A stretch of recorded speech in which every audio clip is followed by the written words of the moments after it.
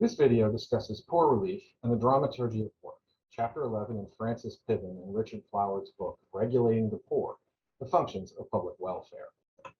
There are two elements that are important to remember about Piven and Flower's theory about the functions of public welfare in the United States. Although it is worth noting that these purposes have deep historical roots, for instance, in the Elizabethan poor laws, they still are a United States phenomenon that we're talking about. I'll be using the term they use, poor relief, to describe the public welfare policies relevant to this presentation. First, they argue that there are three main stages or functions to poor relief policy. One, poor relief and poor relief expansion occurs in response to major social dislocation and a failure of the acceptable social order. We see these events in moments like the Great Depression in the 1930s, the major civil upheavals of the 1960s, and the recent social dislocation of the COVID-19 pandemic. Two, when the social order is restored, there is a shift from the order restoring role of poor relief toward policy reforms that seek to re-regulate labor and restore the culturally appropriate exaltation of labor and derogation of the non-working poor that is required in a market economy. Three, these functions, together and in order, are a way to control the lives and activities and attitudes of the poor, protecting business and capital in the market economy.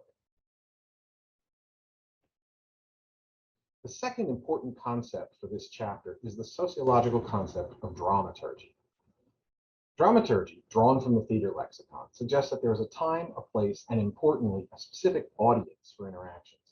In this case, the dramaturgy in question is around how we as a society use policy to present the idea of work on the social stage.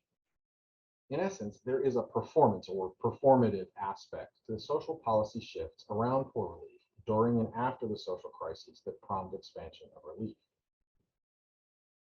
There are three pieces. The time.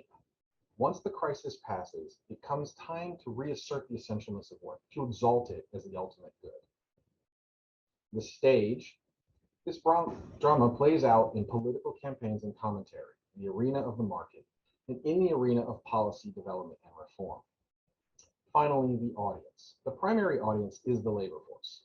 The idea is to present work as such a dramatic good in keeping with American mythologizing and the myth of meritocracy, and present being non-working as so degrading that workers will accept work on any terms rather than be counted among the non-working poor.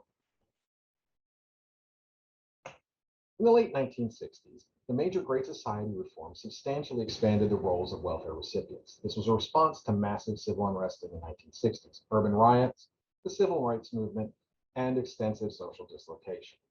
Under the model put forth by Piven and Cloward, this Great Society expansion of relief served the initial purpose of poor relief, to restore and preserve order. They predicted in earlier editions of their book that by the 1970s, expansion of relief would be seen as a crisis by politicians and institutions, and resented by the even slightly better off segments of society. As a result, policy reforms would be put into place to move to the second purpose or second stage of poor relief, regulating labor.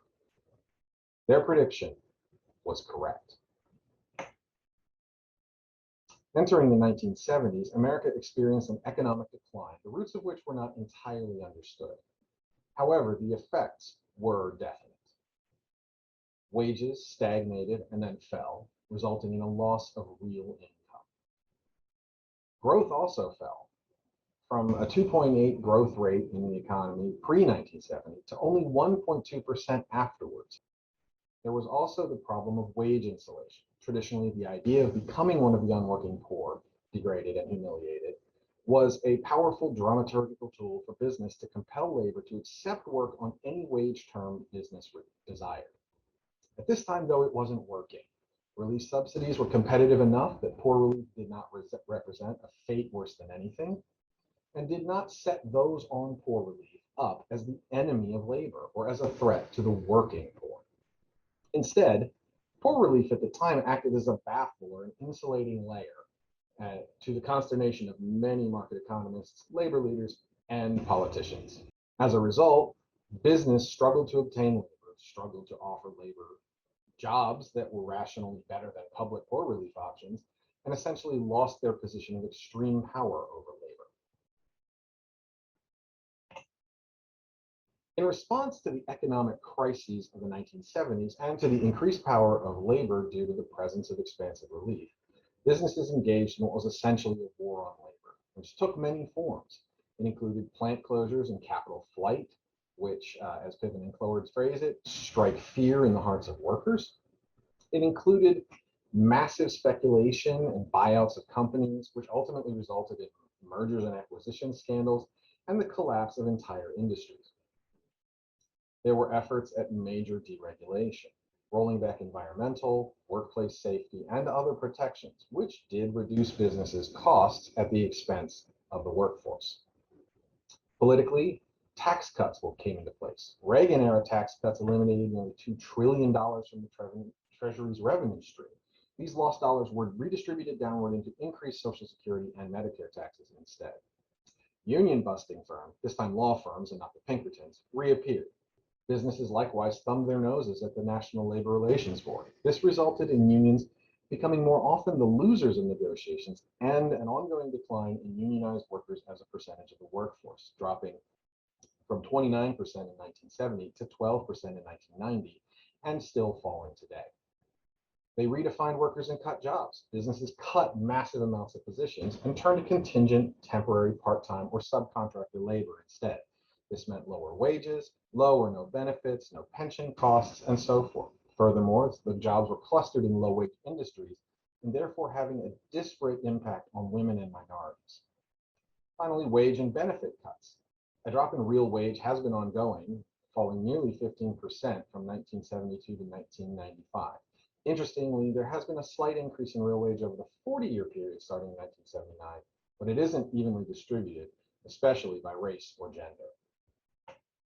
The effect of business's victory in its war to reassert power over labor had far-reaching results and represents what Piven and Cloward called a historic shift in the distribution of income and well-being. In fact, it resulted in a changed social order, an expansion of income equality that was drastic and greatly increasing poverty. Policy also responded. It changed to accommodate the successful campaign to reduce poor relief and regulate labor again. It's important to note that the policy in question here is AFDC, and specifically general benefits and assistance from it, not food stamps in particular. But AFDC payments diminished alongside wage levels, dropping about 27% over 20 years, and reasserted the, quote, less eligibility factor of old Elizabethan poor law, where poor relief payments must always be less than even the meanest wages offered on the market. The idea that high relief levels disincentivize work should be familiar to us from the debates about the COVID-19 stimulus efforts and unemployment payment increases.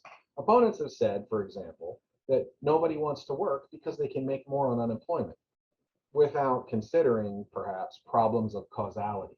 Maybe the problem is employers aren't paying enough, and people are therefore turning to relief. Piven and Cloward do note similar errors in causality with regard to poverty and welfare payment. Equally important to cutting benefits was cutting the number of people on the welfare rolls. After President Nixon was elected, campaigning against welfare, he recruited people who were good at kicking people off the rolls while maneuvering around recent court rulings that were in favor of welfare recipients. They came up with multiple strategies to reduce these rolls. For instance, they increased the amount of red tape and verification extremism that was involved in getting at proving eligibility. They switched their guidance to states from helping applicants to qualify instead to threatening to fine states that erroneously qualified people for welfare. They shortened the verification windows. And importantly, they shifted the location of the poverty line, reducing eligibility. The results were increased denials of eligibility, somewhere around 15% drop in eligibility or 15% increase in denials between 1979 and 1990. An additional policy response were so-called workfare programs, which placed additional work-related eligibility and eligibility maintenance requirements on poor relief. These programs would churn the rolls and weed out anyone who had any possibility of surviving in the labor market. In essence, if there is any way you could work at any job, you are not eligible for welfare. There were three major categories of programs: work incentive, workfare, and education and training programs. The premises of each are shown in the slide here. The programs were, however, illogically designed and irrational from the start. They had little hope of achieving their stated goals. There weren't enough jobs, the economy was globalizing, and even such jobs that existed were insufficient to survive on.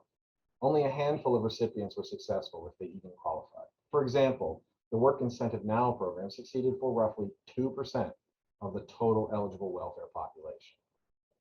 Other professed goals of these programs were likewise senseless, such as changing the culture of poverty that some pundits suggested would happen. These arguments, such as those by Mickey Kaus, a pundit and journalist, seem to mask a more pernicious agenda, controlling women and serving to make poor mothers, especially poor single mothers, into examples. So if these programs were not successful, and in fact were illogical from the outset, then what were they for? The answer goes back to the concept of dramaturgy. Programs like workfare and work incentive programs were designed for a very different purpose: to regulate the labor force by treating relief recipients in a way so degrading and humiliating that they'll take work at any wage just to avoid the humiliation. And they were successful in increasing that degradation and humiliation. It may help to give a real example of this in action. Consider Darlene Cunha's Washington Post article, "Driving My Mercedes to Pick Up Food Stamps." In it, she discusses her own experience in applying for and obtaining food stamp benefits, poor relief benefits. She talks about the procedural hoops, the forms, the identity proof, exams, meetings, screenings, questioning, even medical testing to verify her eligibility. This is the definition of verification extremism. More importantly, consider how she talks about the experience. She describes going to pick up the stamps as the most embarrassing thing she's ever done, and the location where it happened as their grungy den, referring to the other poor people watching her arrive. She recognizes her own internalization of what poor people were and should be, and still cannot avoid it. Even while being poor, she's denigrating the poor. This is the goal of the dramaturgy of work, to make you feel that way. Reagan's practical elimination of welfare benefits and narrowing of the roles, as well as the dramaturgical enhancement of welfare as an object lesson in un-American moral failure, were drastic and successful. In the early 1990s, at the time Piven and Cloward wrote this particular chapter, pressure continued with analysts and authors lamenting a growing dependency culture in America, signaling such things as the end of post-industrial society, the end of Western tradition, and other grandiosities.